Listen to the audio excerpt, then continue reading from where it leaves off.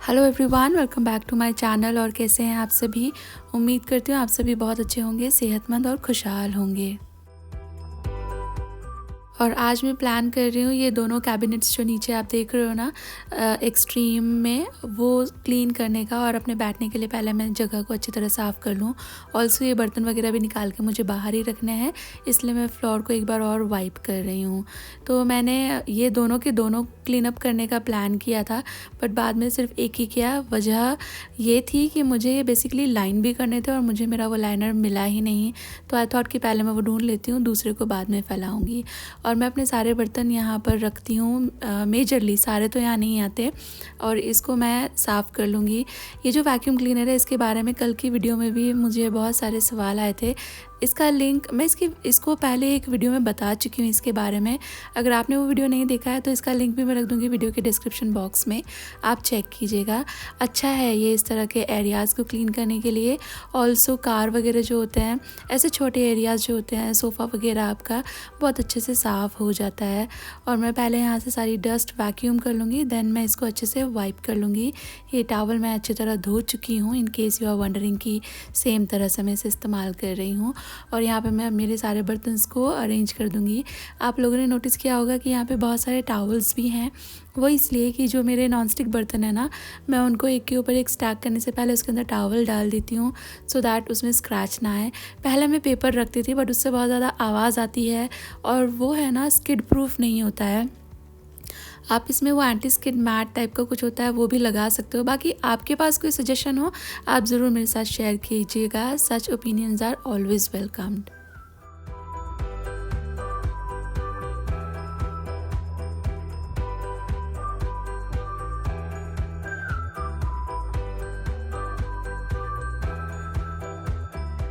और ये जो कबर्ड मैंने क्लीन किया है ना, एक्चुअली यार पता है कितने 2-3 दिन हो गए हैं मुझे। मैं सोच रही थी मैं इसको क्लीन करूँगी।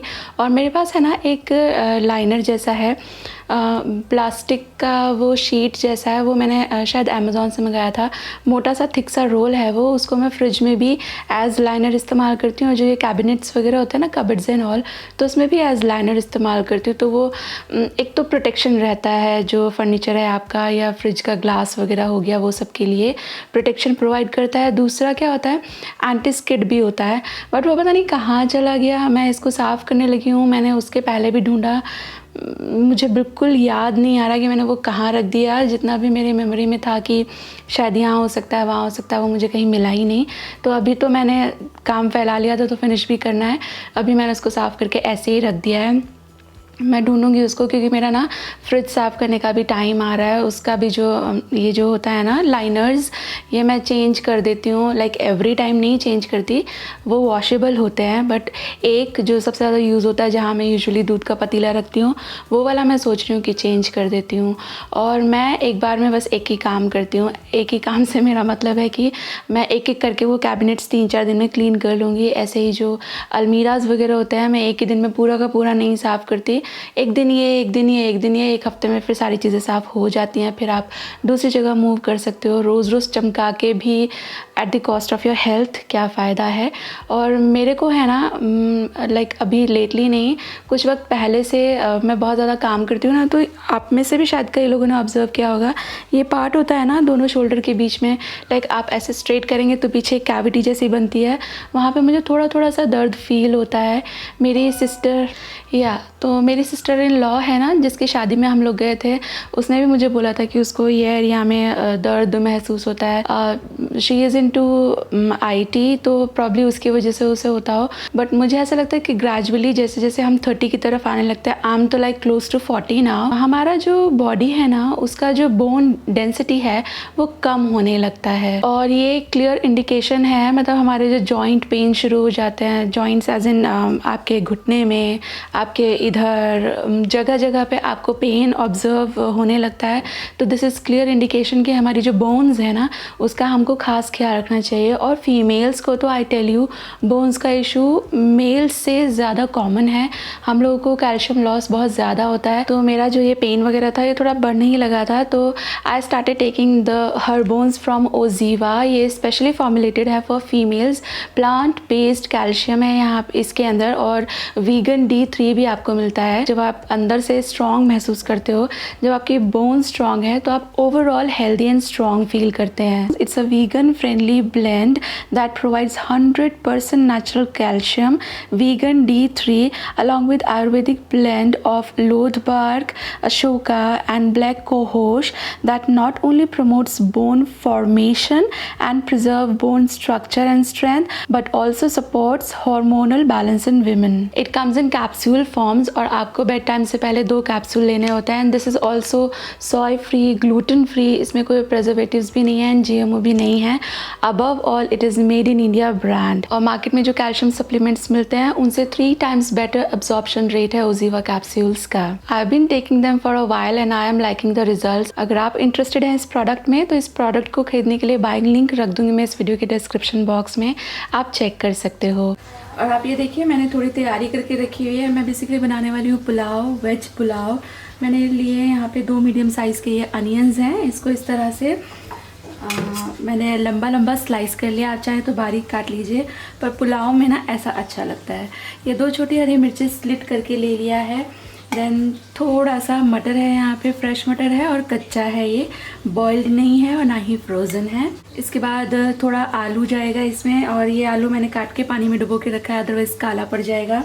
और बाकी मैं यहाँ पे ले रही हूँ ये थोड़ा सा गोभी, फूल गोभी और ये कैरेट। आप सब्जियों की मात्रा आपके हिसाब से कम ज़्यादा कर सकते हैं। सब्जियाँ भी आप चाहें तो इसमें कैप्सिकम, बीन्स और भी जो सब्जियाँ आपको पसंद आती हो वो डाल सकते हो। मेरे पास मुझे कैप्सिकम पसंद नहीं है पुलाव में, इसलिए वो नहीं ऐड कर रही हूँ, और बीन्स मेरे पास अवेलेबल नहीं है।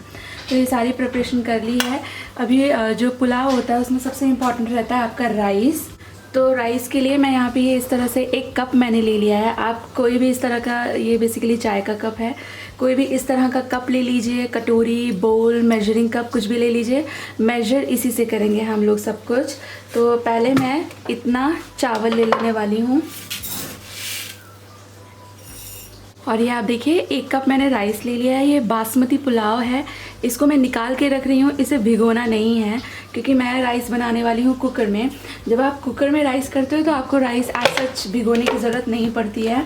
आप ओपन पॉट में बनाते हो तो फिर भिगोइएगा, कुकर में ना फिर ज़्यादा गल जाते हैं। तो ये राइस जो है ये मैंने निकाल के रख लिया है। सेम कप से मैं पानी भी मेजर करूँगी, आपको आगे बताती हूँ कितना पानी डालने की ज़रूरत होगी। इसको अभी निकाल लीजिए। हम ये जो सब्जियाँ वगैरह है ना, मसाला भूनना शुरू करते हैं, बाद में इसे धो के इमीडिएटली मैं डाल दूँगी। 5-10 मिनट आप इसे सोक कर सकते हो, बट यूजुअली बोलते हैं ना आधा घंटा सोक करना चाहिए आपको पुलाव के लिए। वो तब जब आप कढ़ाई वगैरह या फ्लैट पैन में, ओपन पैन में बना रहे हैं। अगर आप कुकर में बना रहे हैं तो आप चावल भिगो देंगे तो वो ज़्यादा घुल जाएगा, इसलिए मैं इसको नहीं भिगोने वाली हूँ।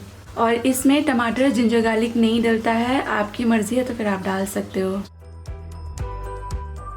और क्योंकि पुलाव हम बनाने वाले हैं कुकर में, तो कुकर मैंने साफ़ कर लिया है। थोड़ा गर्म हो जाने के बाद ऐड किया है मैंने इसमें ऑयल, आप घी भी डाल सकते हैं।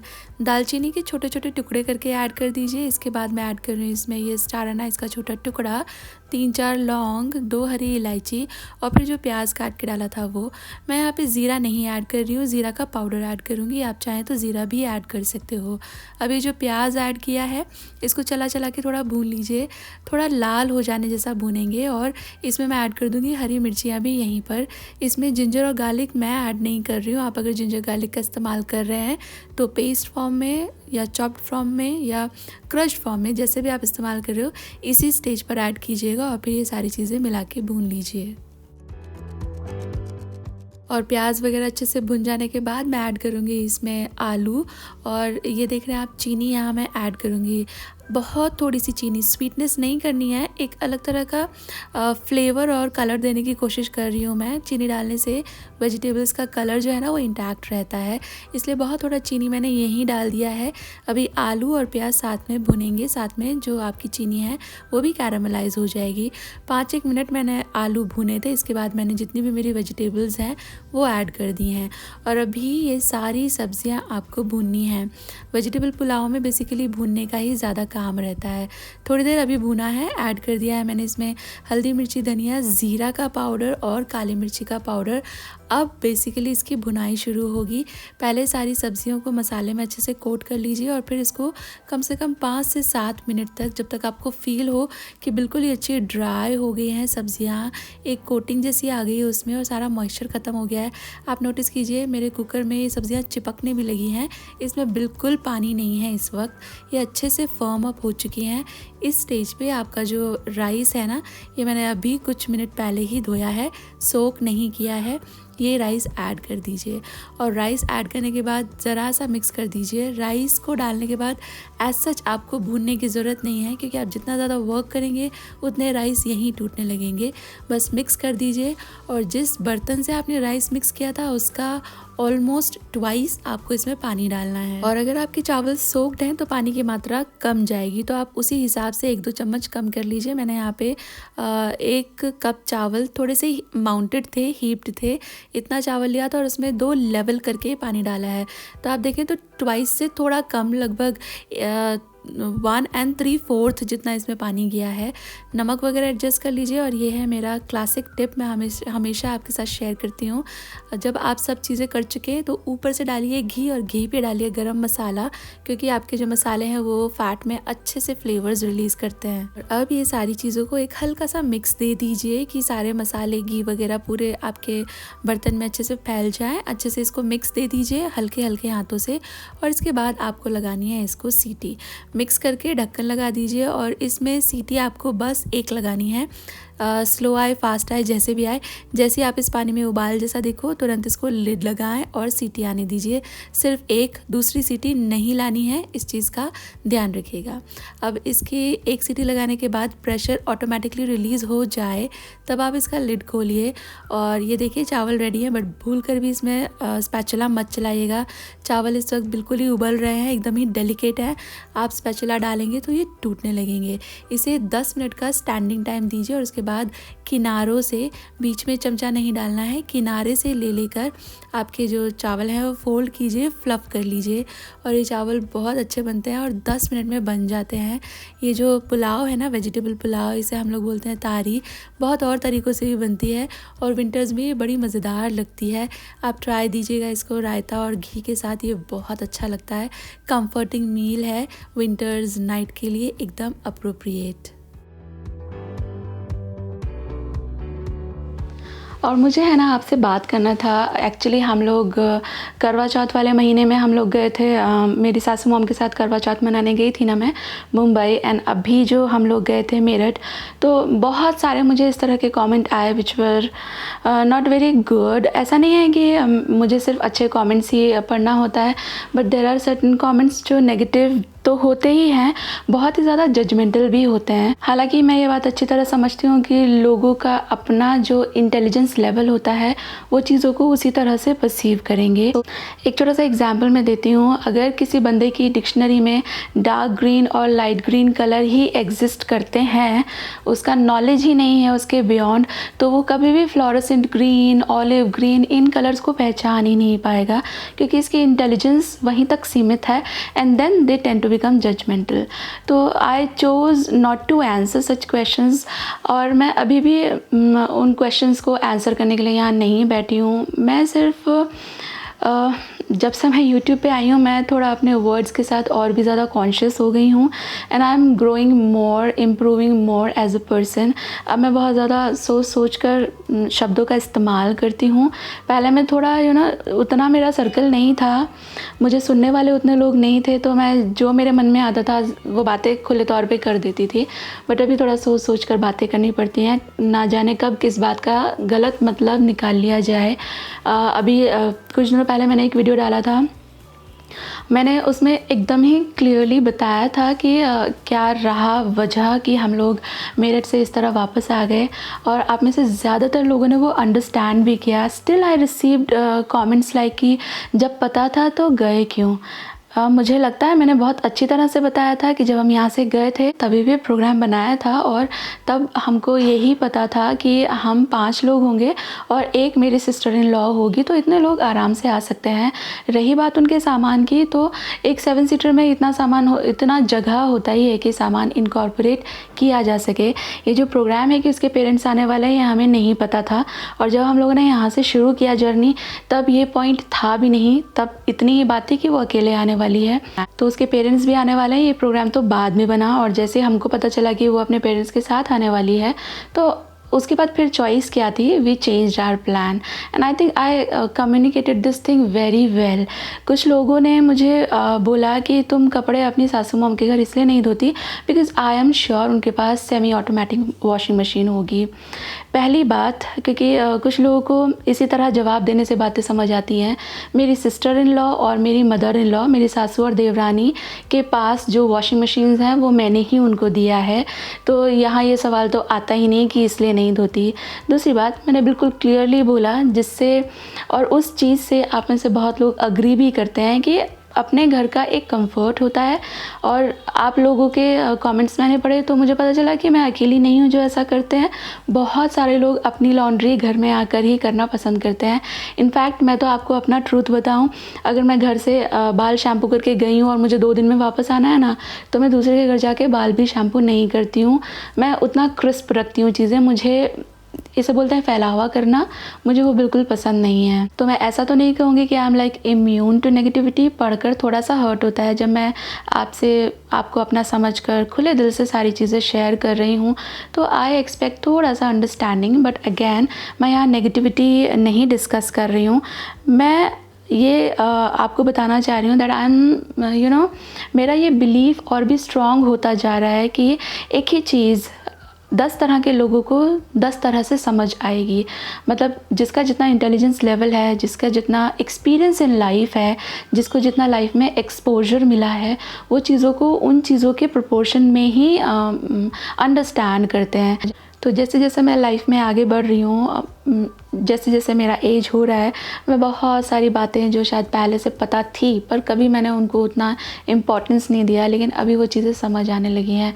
जिसमें से लेटली मैंने यही समझा है कि नो मैटर व्हाट, आप कितना भी चीज़ें क्लियर कर लीजिए, कितना भी चीज़ें ट्रांसपेरेंट रख लीजिए, पर सामने वाले को उसकी जितनी इंटेलिजेंस है उसके हिसाब से ही समझ आएंगी।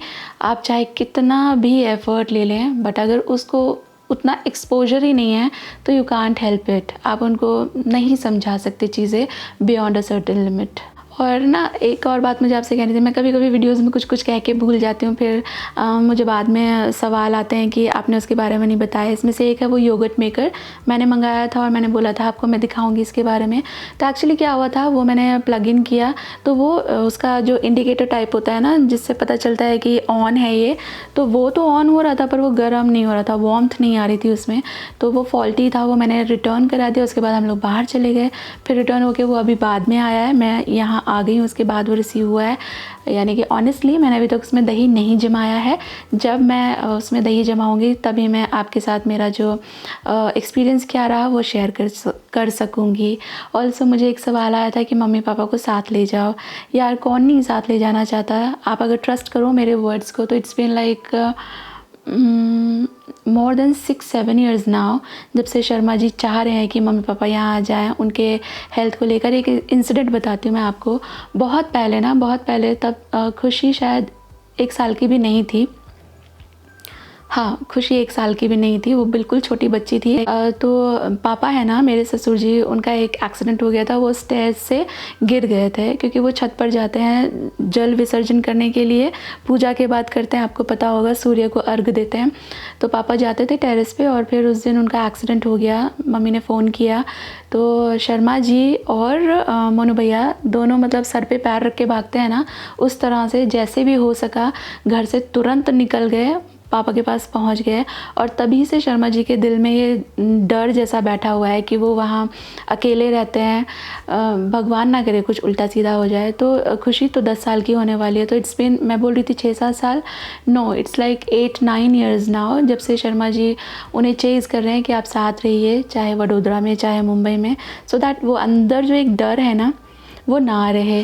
पर सबकी अपनी प्रायोरिटीज़ होती हैं। पापा इज़ वर्किंग, उनका जॉब है, वो जॉब एकदम से छोड़कर नहीं आ सकते। उन्हें उनकी कुछ लायबिलिटीज़ भी हैं, कुछ रिस्पॉन्सिबिलिटीज़ भी हैं। और मुझे लगता है दूर से कहना बहुत आसान होता है, अंदर अपने शूज़ में एक बंदा किन चीज़ों से गुज़र रहा है, उसको कौन सी चीज़ें पहले फुलफ़िल करनी है।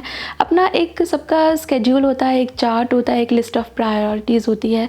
तो वो मेरे फादर इन लॉ की भी हैं, उनकी भी इच्छा है साथ रहने का, बट ये चीज़ें कब बैठती हैं वो तो फ्यूचर में ही है। ये ऐसा चाहने से नहीं होता है कि हम उनको उठा कर ले आएँ कि अब आप यहाँ रहिए, ऐसा नहीं होता है। They have to look after a lot of things, और जब चीज़ें जैसे होने होंगी वो वैसे हो ही जाएंगी। और हाँ, एक सवाल और आया था कि आप मुंबई गई थी तो आपके ब्रदर इन लॉ को आप लोग ड्रॉप करने गए थे, तो आपने बोला था कि कुछ सरप्राइज़ है आप बताओगी, और वो आपने बताया नहीं। तो वो सरप्राइज़ यार यही था कि हम उनको ड्रॉप करने गए थे।